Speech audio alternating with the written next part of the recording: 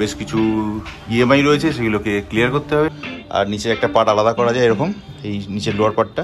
খুব tired feel করছে, drowsy feel করছে। ফিজিক্যালি দেখে আসবো যে কতটা ব্যাপারটা ভায়াবেল, কতখানি কি সিস্টেম, কি করতে হয় না হয়। স্যুপ বানিয়েছি, এটা ভালো সিস্টেম, নাহলে গেট খুলবে না। কোটাটা ঠিক রাখবে না সপ্তাহে, হ্যাঁ যেভাবে ঘুরিয়ে ফিরিয়ে।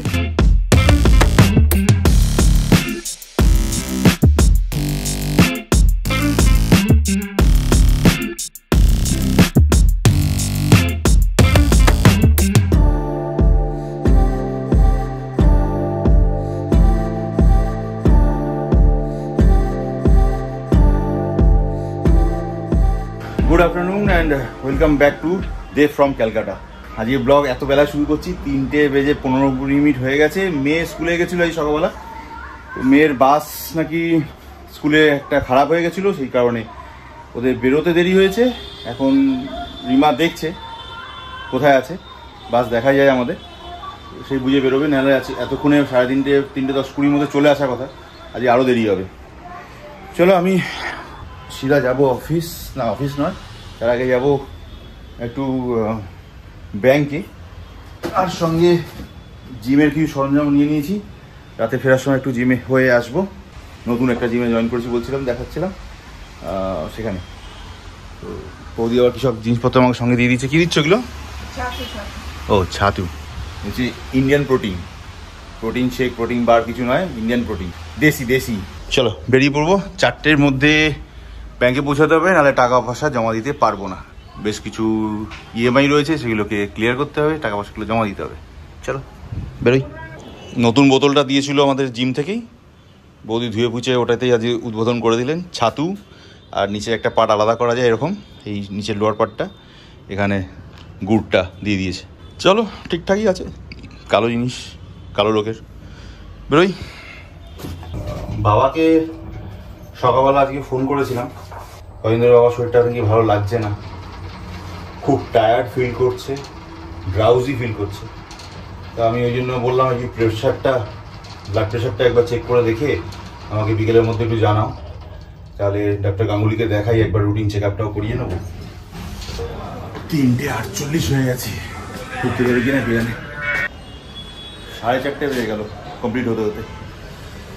যাই এখন নিচে, ওই একজন পেপারওয়ালা দাদা আছে, তাকে কিছু পেমেন্ট করবো, করে অফিস যাবো।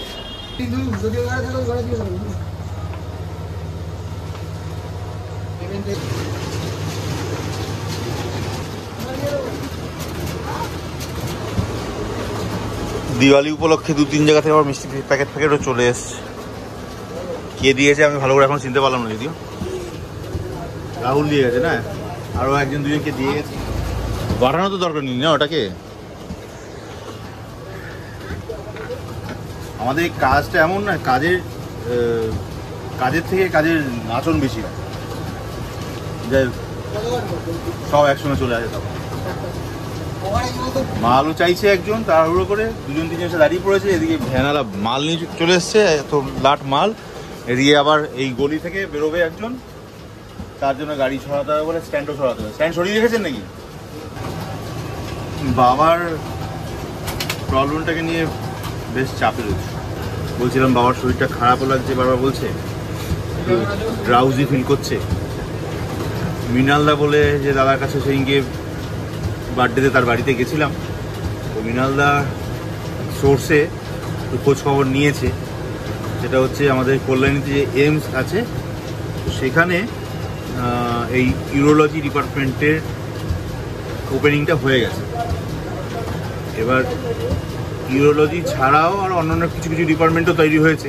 ইউরোলজি ডিপার্টমেন্টে প্রবলেম হচ্ছে যে বাবাকে অতক্ষণের জার্নি আছে, সেই জার্নিতে ট্রেনে করে তাকে নিয়ে যেতে পারবো না, যাতে কম সময় লাগতো, গাড়ি করে যেতে হবে। এবার গেলাম, অথচ যদি কাজ না হয়, সেটা একটা ভয় রয়েছে।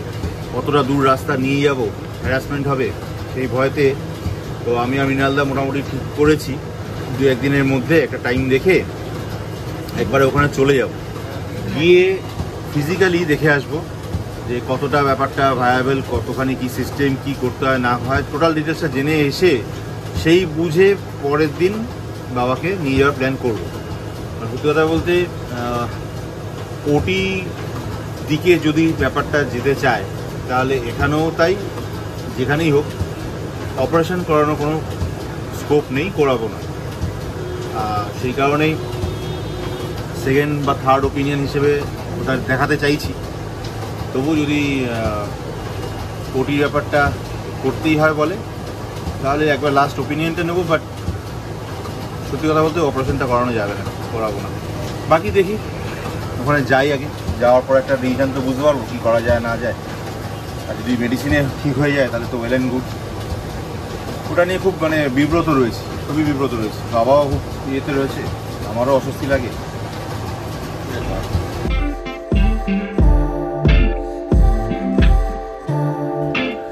চলো 8:50, যতই ভেবি তাড়াতাড়ি বেরোবো 8:30টার মধ্যে। ঠিক লাস্টের দিকে কিছু না কিছু কাজ এমন থেকে যায়। অয়নটা আসছে না কাল থেকে, 2 দিন আজকে। এদের দুজনের উপর চাপ পড়ে গেছে, দীপদা আর নিখিলদার উপরে। ঠিক আছে দীপদা, বেরিয়ে যান। হ্যাঁ, আর লালটু এদিকে একা। চলো, ইউপিএসটা অফ করে দিয়েছিস তো? খালি বন্ধ করবো, বেরোবো। আর এই স্যুপ বানিয়েছিস, খেয়ে বেরোচ্ছি।